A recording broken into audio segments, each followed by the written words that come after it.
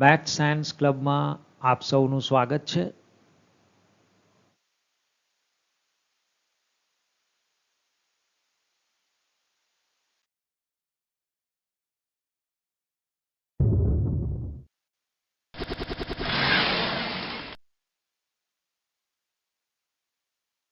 વિદ્યાર્થી મિત્રો, હવેથી મેથ સાયન્સ ક્લબ ચેનલ પર ધોરણ 10 વિષય વિજ્ઞાનના વિડીયોઝ પણ તમને અવેલેબલ થશે. તો એના માટે મેથ સાયન્સ ક્લબને જોતા રહેશો. તો ચેપ્ટર નંબર 1 રાસાયણિક પ્રક્રિયાઓ અને સમીકરણો, એનો ભાગ પહેલો.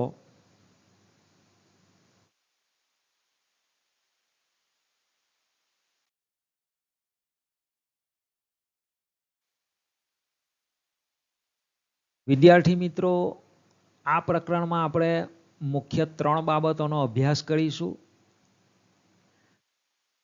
નંબર 1, રાસાયણિક સમીકરણો અને તેમનું સમતોલન, એટલે કે કોઈ પણ રાસાયણિક પ્રક્રિયામાં તેના સમીકરણો કઈ રીતે લખવા અને એ સમીકરણોનું સમતોલન કઈ રીતે કરવું. બીજી મુખ્ય બાબત છે જુદી જુદી રાસાયણિક પ્રક્રિયાઓના પ્રકાર, જેને આપણે આ ચેપ્ટરમાં શીખીશું.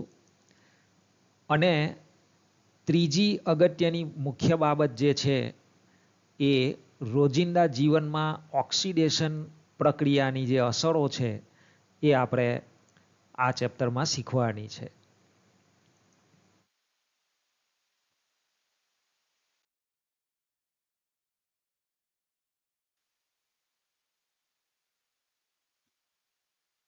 તો વિદ્યાર્થી મિત્રો, પહેલી મુખ્ય બાબત, રાસાયણિક સમીકરણો કઈ રીતે લખાય અને તેમનું સમતોલન કઈ રીતે થાય, તો એ આપણે વિગતવાર શીખીશું.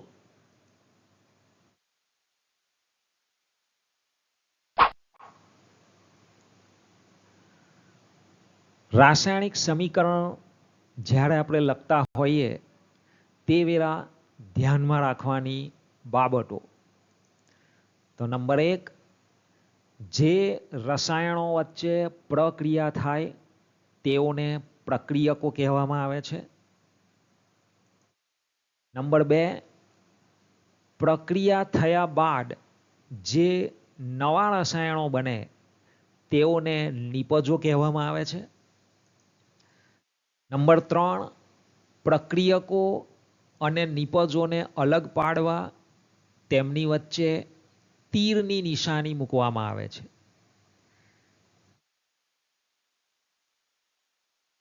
નંબર 4, જો પ્રક્રિયામાં એક કરતાં વધુ પ્રક્રિયકો ભાગ લેતા હોય તો તે દરેકની વચ્ચે વત્તાની નિશાની લખવામાં આવે છે. નંબર 5, તે જ પ્રમાણે જો પ્રક્રિયાને અંતે એક કરતાં વધુ નિપજો પેદા થાય તો તે દરેકની વચ્ચે વત્તાની નિશાની લખવામાં આવે છે.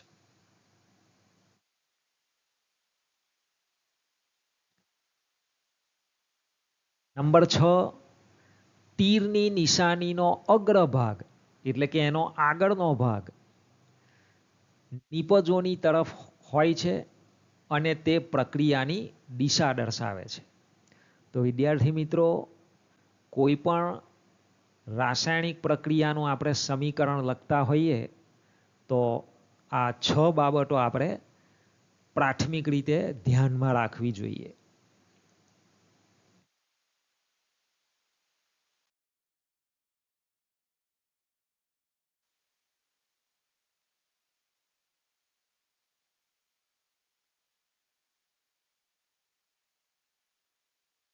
હવે આપણે એક રાસાયણિક પ્રક્રિયાનું ઉદાહરણ જોઈએ છે કે મેગ્નેશિયમની પટ્ટીને હવામાં સળગાવતા મેગ્નેશિયમ ઓક્સાઇડ બને છે.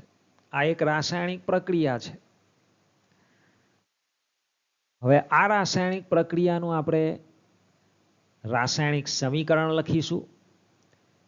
તો પ્રથમ આપણે શબ્દોમાં રાસાયણિક સમીકરણ લખીએ કે મેગ્નેશિયમ વત્તા ઓક્સિજન ગીવ્સ, આ એરોની નિશાનીને ગીવ્સ વાંચવામાં આવે છે. એટલે કે આ બે વચ્ચે રાસાયણિક પ્રક્રિયા થઈને આપણને મેગ્નેશિયમ ઓક્સાઇડ નામનો એક પદાર્થ મળે છે, એક રસાયણ મળે છે.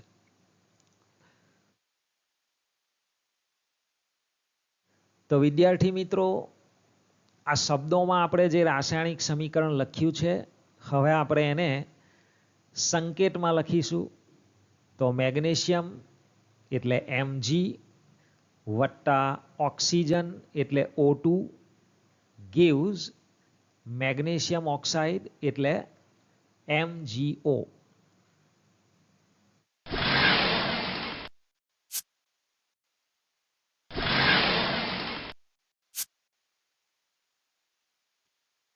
તો આપણે અગાઉની સ્લાઇડમાં શીખ્યા તે પ્રમાણે તીરની નિશાનીની ડાબી બાજુ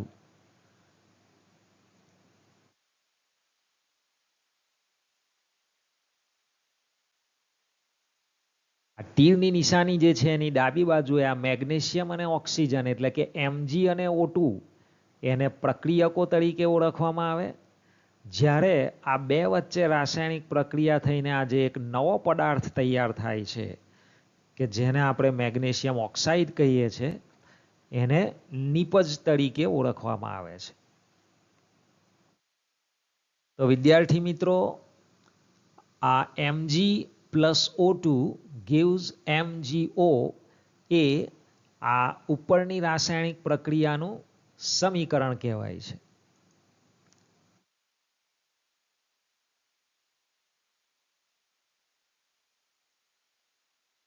તો આપણે આ જે સમીકરણ લખ્યું છે સાંકેતિક ભાષામાં, તો એમાં આપણે ડાબી બાજુ અને જમણી બાજુમાં જોઈએ તો પરમાણુઓની સંખ્યા સમાન નથી. વિદ્યાર્થી મિત્રો, ડાબી બાજુએ Mg તો એનો એક જ પરમાણુ છે, જમણી બાજુએ Mg તો એનો એક પરમાણુ છે. પરંતુ આ બે તો સરખા છે Mg ના, પરંતુ ડાબી બાજુએ ઓક્સિજનના બે પરમાણુ છે. O2 એટલે કે ઓક્સિજનના બે પરમાણુઓ છે, જ્યારે જમણી બાજુએ ફક્ત O જ છે. MgOમાં ફક્ત એક જ O છે, એટલે કે જમણી બાજુએ ઓક્સિજનનો ફક્ત એક જ પરમાણુ છે. તો આમ ડાબી બાજુએ અને જમણી બાજુએ ઓક્સિજનના પરમાણુઓ સમાન નથી. આથી ઉપરનું રાસાયણિક સમીકરણ જે આપણે લખ્યું છે Mg plus O2 gives MgO એ સમીકરણ સંતુલિત નથી. આથી તે અસંતુલિત રાસાયણિક સમીકરણ કહેવાય.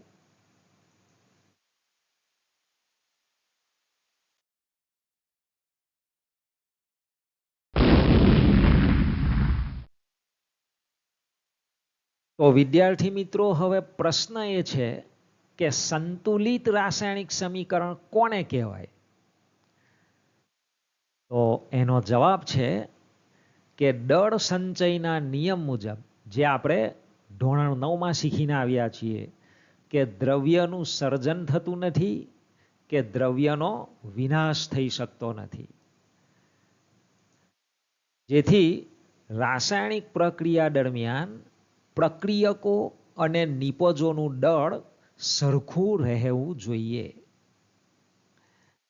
તેથી રાસાયણિક સમીકરણમાં રહેલા દરેક તત્વના પરમાણુની સંખ્યા ડાબી બાજુ અને જમણી બાજુ આમ બંને બાજુએ સરખી રહે તે જરૂરી છે. એટલે કે આપણે જે સમીકરણ લખ્યું છે Mg plus O2 gives MgO, તો એમાં તીરની નિશાનીની ડાબી બાજુએ જે મેગ્નેશિયમ અને ઓક્સિજનના પરમાણુઓ છે તે, અને તીરની નિશાનીની જમણી બાજુએ કે જ્યાં મેગ્નેશિયમ ઓક્સાઇડ આપણે દર્શાવેલો છે નિપજ તરીકે, તો તેમાં મેગ્નેશિયમ અને ઓક્સિજનના જે પરમાણુઓ છે એની સંખ્યા સમાન હોવી જરૂરી છે. જો એ સંખ્યા સમાન હોય તો તે રાસાયણિક સમીકરણ સંતુલિત છે એમ કહેવાય. અને જો એ સંખ્યા સમાન ન હોય તો તે રાસાયણિક સમીકરણ અસંતુલિત છે એમ કહેવાય. આથી રાસાયણિક સમીકરણને સંતુલિત કરવું જરૂરી બને છે.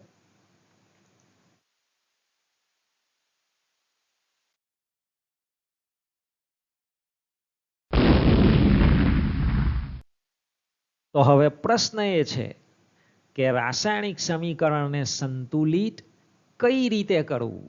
એટલે કે કોઈ પણ રાસાયણિક સમીકરણ કે જે અસંતુલિત હોય તો એને સંતુલિત કઈ રીતે કરી શકાય?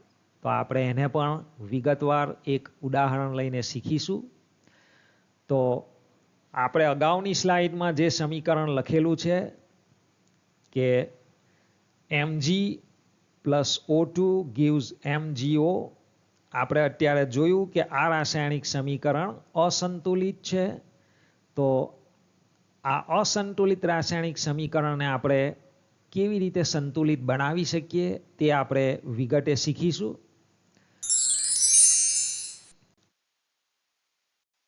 તો વિદ્યાર્થી મિત્રો, સૌપ્રથમ આપણે આ રાસાયણિક પ્રક્રિયાની અંદર જુદા જુદા કેટલા તત્વો છે તેની એક નોંધ તૈયાર કરીશું. તો અહીં ડાબી અને જમણી બાજુ બંને બાજુમાં જોતા જુદા જુદા બે પ્રકારના તત્વો છે. બે તત્વો છે, એક છે મેગ્નેશિયમ જેને આપણે Mg કહીએ છીએ અને બીજું તત્વ છે ઓક્સિજન જેની સંજ્ઞા O છે. હવે ડાબી બાજુએ જે તે તત્વના પરમાણુઓની સંખ્યા કેટલી છે તે આપણે અહીંયા લખીશું બીજી કોલમમાં. તો ડાબી બાજુએ મેગ્નેશિયમનો એક જ પરમાણુ છે એટલે અહીંયા આપણે પરમાણુની સંખ્યા 1 લખી છે. ડાબી બાજુએ ઓક્સિજનના પરમાણુઓની સંખ્યા 2 છે, O2 એટલે, તો આપણે અહીંયા લખી છે 2.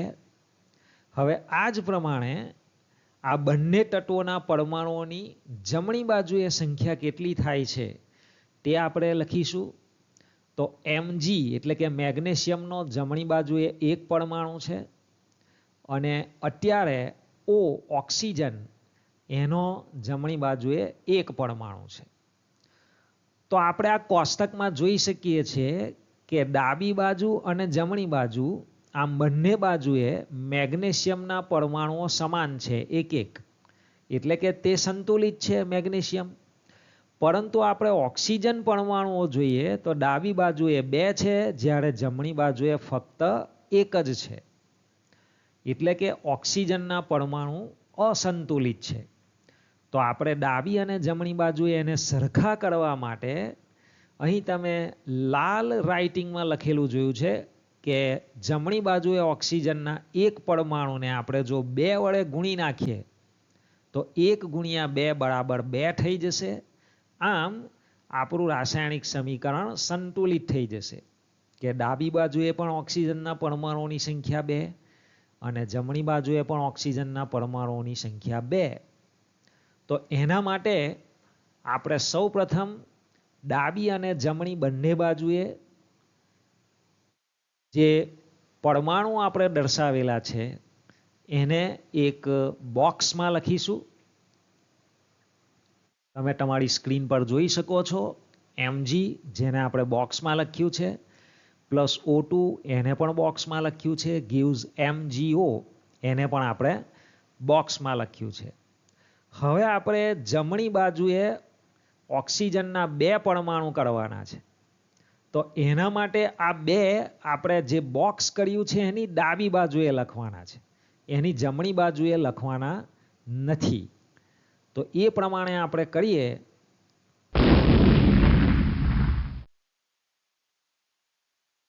તો વિદ્યાર્થી મિત્રો, હવે આપણે જોઈ શકીએ છીએ કે આપણું આ રાસાયણિક સમીકરણ સંતુલિત થઈ ગયું છે. હજુ સંતુલિત નથી થયું કારણ કે હવે આપણે જોઈ શકીએ છીએ કે જમણી બાજુમાં 2MgO એનો અર્થ એવો થાય કે જમણી બાજુએ મેગ્નેશિયમના પરમાણુઓ 2 છે અને ઓક્સિજનના પરમાણુઓની સંખ્યા પણ 2 છે. ડાબી બાજુએ ઓક્સિજનના પરમાણુઓ 2 છે, પરંતુ ડાબી બાજુએ મેગ્નેશિયમનો પરમાણુની સંખ્યા 1 જ છે. તો એટલા માટે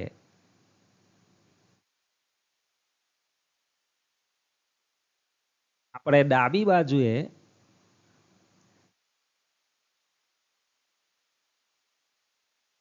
જે મેગ્નેશિયમનો પરમાણુ બોક્સમાં બતાવેલો છે એ બોક્સની બહાર 2 લખવા પડશે, જેથી કરીને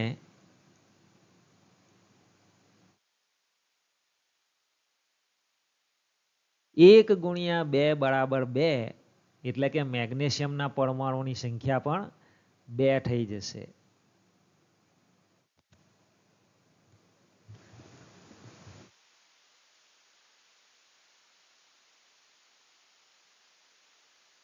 તો અહીં આપણે પ્રમાણે 2 લખવા પડશે, એટલે કે 2mg plus O2 gives 2mgO. અને હવે આપણે આ સમીકરણને જોઈ શકીએ છીએ કે એની ડાબી અને જમણી બંને બાજુએ દરેક પરમાણુઓની સંખ્યા સરખી છે. ડાબી બાજુએ 2 મેગ્નેશિયમ, જમણી બાજુએ પણ 2 મેગ્નેશિયમ, ડાબી બાજુએ 2 ઓક્સિજન અને જમણી બાજુએ પણ 2 ઓક્સિજન. તો આ રીતે કોઈ પણ રાસાયણિક સમીકરણને આપણે સંતુલિત કરી શકીએ છીએ. અને આ જે પદ્ધતિ છે આ રીતે સંતુલિત કરવાની, એ પદ્ધતિને, એ રીતને હીટ એન્ડ ટ્રાયલ મેથડ તરીકે ઓળખવામાં આવે છે.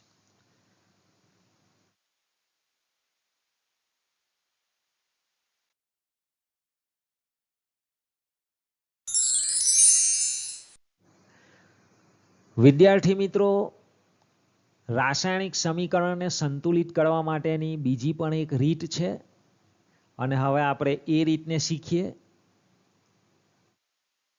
તો એના માટે આપણે એક રાસાયણિક સમીકરણ લીધેલું છે કે Fe એટલે કે લોખંડ પ્લસ H2O એટલે કે પાણી gives Fe3O4 એટલે કે આયર્ન ઓક્સાઇડ, લોખંડનો ઓક્સાઇડ, જેને આપણે કાટ તરીકે ઓળખીએ છીએ, પ્લસ H2 એટલે કે હાઇડ્રોજન વાયુ. લોખંડની પાણી સાથેની પ્રક્રિયાથી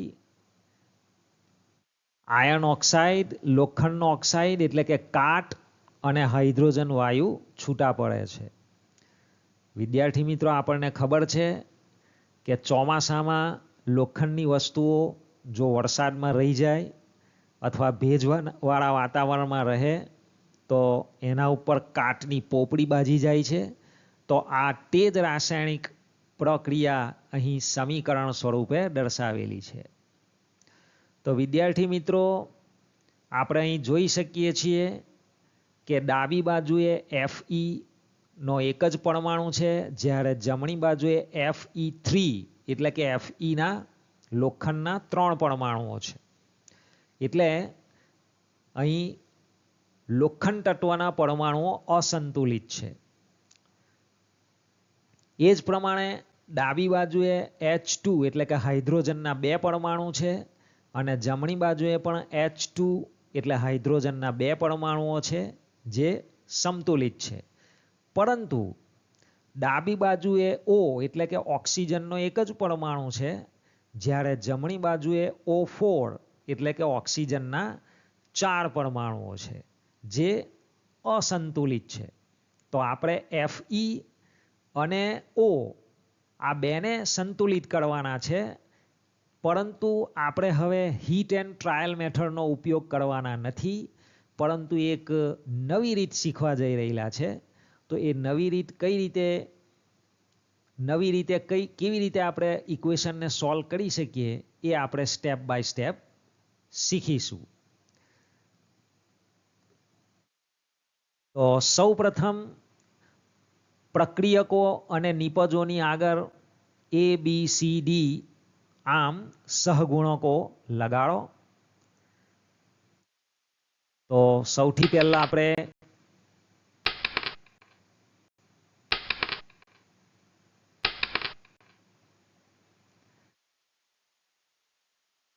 દરેક પ્રક્રિયક ને બોક્સમાં લખીશું, દરેક નિપજને બોક્સમાં લખીશું અને બોક્સની બહાર Fe બહાર A સહગુણક, H2O નો B સહગુણક છે, Fe3O4 નો C સહગુણક છે અને H2 નો સહગુણક D છે.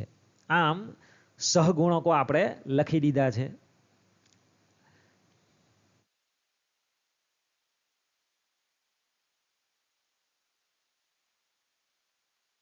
હવે ડાબી બાજુ અને જમણી બાજુ તત્વના પરમાણુની સંખ્યા આપણે સમાન કરવી છે.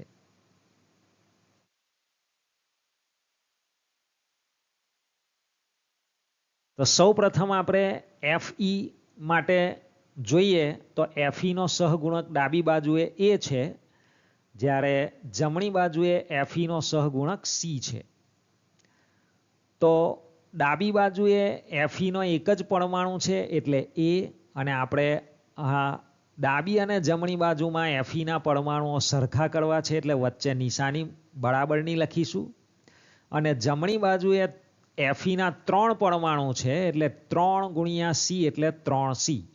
આમ A is equal to 3C એવો આપણને એક પરિણામ મળશે. આ જ પ્રમાણે હાઇડ્રોજનના પરમાણુ માટે તો ડાબી બાજુએ H2 છે અને 2 ગુણ્યા B એટલે 2B થશે, બરાબર જમણી બાજુએ હાઇડ્રોજનનો સહગુણક D છે અને 2 ગુણ્યા D એટલે 2D, એટલે કે 2B is equal to 2D આવું થશે. તો વિદ્યાર્થી મિત્રો, અહીં આપણે સાદું રૂપ આપતા આ ડાબી બાજુએ 2 અને આ જમણી બાજુએ જે 2 છે એનો લોપ થઈ જશે અને એટલા માટે આપણને હાઇડ્રોજન માટેનો સંબંધ મળશે B બરાબર D. ચાલો આ જ પ્રમાણે આપણે ઓક્સિજન માટે હવે શું સંબંધ મળે છે ડાબી બાજુ અને જમણી બાજુનો તે જોઈએ. તો અહીં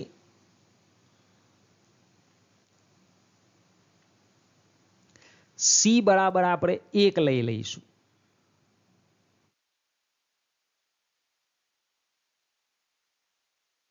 C બરાબર 1 લઈ લઈએ અહીંયા. તો આપણે આ કિંમત આ A બરાબર 3C માં આપણે મૂકી દઈએ. તો A બરાબર 3 ગુણ્યા 1 અને 3 એકા 3, આમ આપણને સહગુણક A ની કિંમત મળી જાય છે 3. તો C બરાબર આપણે 1 લીધેલા છે અને A બરાબર આપણે શોધ્યા 3. હવે આ A ની કિંમત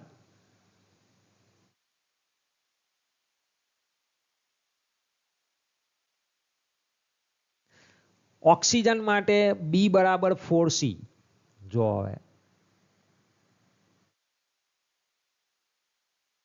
જમણી બાજુએ આપણે જોઈએ તો આ ઓક્સિજન છે, એના 4 પરમાણુ છે અને એનો સહગુણક C છે. 4 ગુણ્યા C બરાબર 4C. તો ઓક્સિજન માટે B બરાબર 4C અને C ની કિંમત આપણે 1 પસંદ કરેલી છે, તો એ આપણે અહીંયા મૂકી દઈએ. તો 4 એકા 4, આમ B બરાબર આપણને મળે છે 4.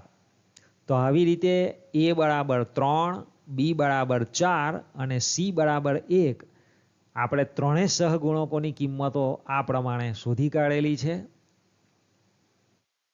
હવે B બરાબર 4 અને B બરાબર D છે એટલે D બરાબર પણ આપણને મળશે 4.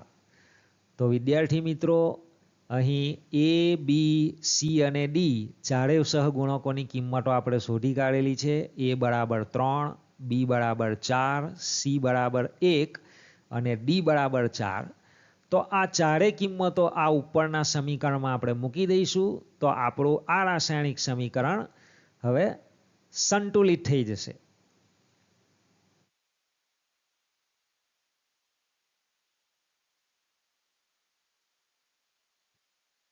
તો આપણું સમીકરણ થઈ જશે, એની જગ્યાએ આપણે મૂકવાના છે 3 એટલે 3Fe વત્તા B ની જગ્યાએ મૂકવાના છે 4 એટલે 4H2O gives C ની કિંમત મૂકવાની છે 1, એટલે 1 ન લખીએ તો પણ ચાલે, એટલે આપણે અહીંયા લખ્યા નથી.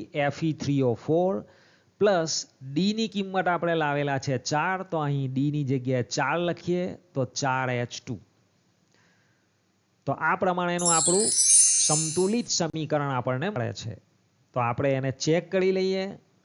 તો Fe તત્વના ડાબી બાજુએ 3 પરમાણુ છે અને જમણી બાજુએ પણ Fe ના 3 પરમાણુ છે, એટલે Fe બેલેન્સ છે. ડાબી બાજુએ હાઇડ્રોજન તત્વના 4 ગુણ્યા 2 બરાબર 8 પરમાણુઓ થાય છે. તે જ પ્રમાણે જમણી બાજુએ પણ હાઇડ્રોજન તત્વના પરમાણુઓ 4 ગુણ્યા 2 બરાબર 8, એટલે હાઇડ્રોજન પણ બેલેન્સ છે.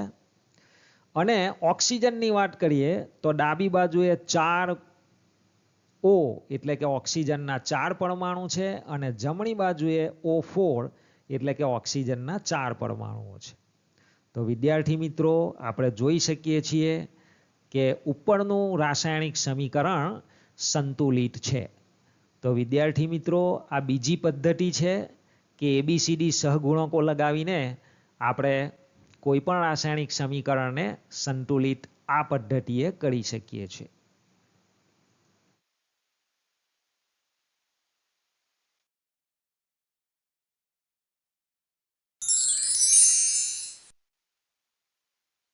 વિદ્યાર્થી મિત્રો, સમીકરણને સંતુલિત કર્યા બાદ જે તે પદાર્થોની ભૌતિક અવસ્થાઓ પણ આપણે લખવી જોઈએ. તો એનાથી આપણને ચોક્કસ ખ્યાલ આવે છે કે કયો પદાર્થ કઈ અવસ્થામાં છે.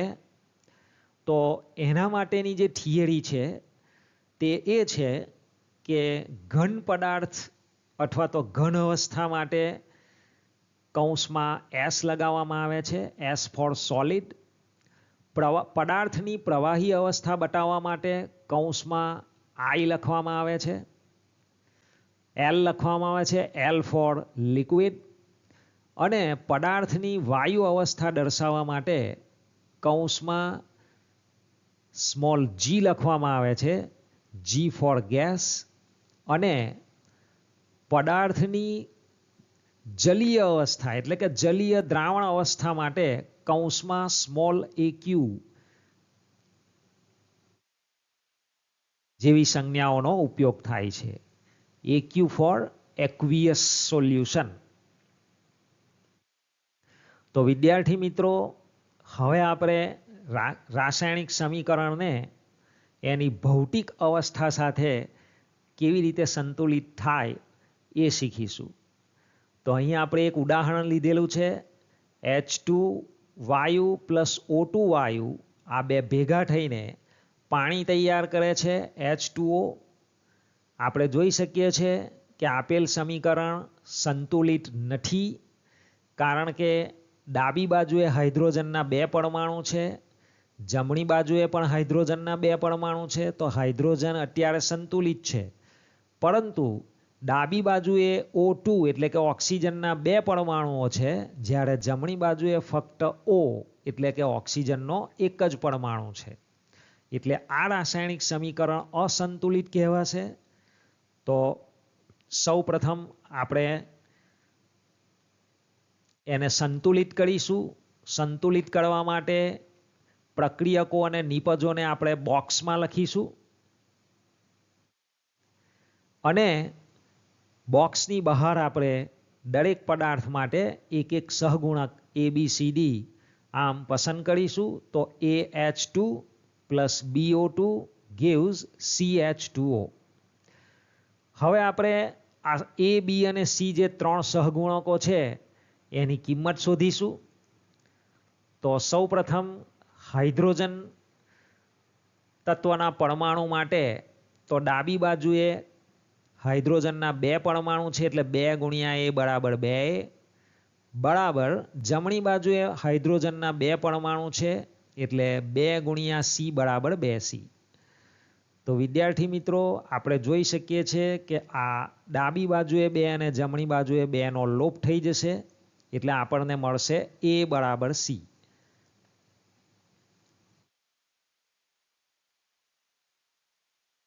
હવે ઓક્સિજન માટે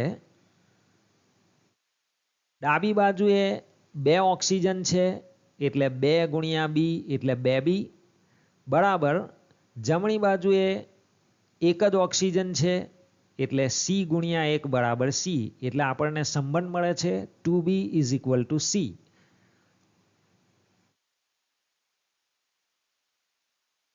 હવે આપણે b ની કિંમત 1 લઈ લઈશું અહીં અને આ સમીકરણમાં મૂકીશું તો 2 ગુણ્યા 1 બરાબર C અને એનું સાદુરૂપ આપીશું તો 2 એકા 2 એટલે કે C બરાબર આપણને 2 મળે છે અને આ C ની કિંમત આપણે આ સૌ પ્રથમ જે A બરાબર C છે એ સમીકરણમાં મૂકીએ તો A બરાબર 2. તો આપણે અહીં જોઈ શકીએ છીએ કે આપણને ત્રણેય સહગુણકો A, B અને C ની કિંમતો મળી ગઈ છે. A બરાબર 2, B બરાબર 1 અને C બરાબર પણ 2. અને હવે આ ત્રણેય સહગુણકોની કિંમતો અહીં A, B અને C ની જગ્યાએ મૂકી દઈએ તો આપણું સમીકરણ થઈ જશે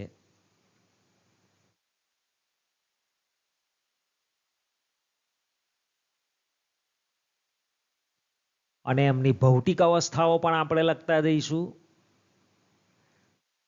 તો A ની જગ્યાએ આપણે લખવાના છે 2 એટલે 2H2 અને હાઇડ્રોજન વાયુ એટલે કૌંસમાં આપણે લખીશું G પ્લસ B ની કિંમત આપણે 1 લીધેલી છે તો 1 નથી લખ્યા અહીંયા, ન લખીએ તો પણ ચાલે અને 1 હોય તો નહીં લખવાના. તો O2 અને ઓક્સિજન વાયુ એટલે એની ભૌતિક અવસ્થા પણ ગેસ એટલે કે સ્મોલ g gives C ની કિંમત આપણે શોધી લાવ્યા છે 2 તો અહીંયા આપણે લખીશું 2 એટલે 2H2O અને આ પાણી પ્રવાહી અવસ્થામાં છે એટલે કૌંસમાં આપણે લખ્યા છે L લિક્વિડ. તો આ પ્રમાણે આ રાસાયણિક સમીકરણ સંતુલિત પણ છે અને એના પ્રક્રિયકો અને નિપજોની ભૌતિક અવસ્થા પણ આપણને સૂચવે છે.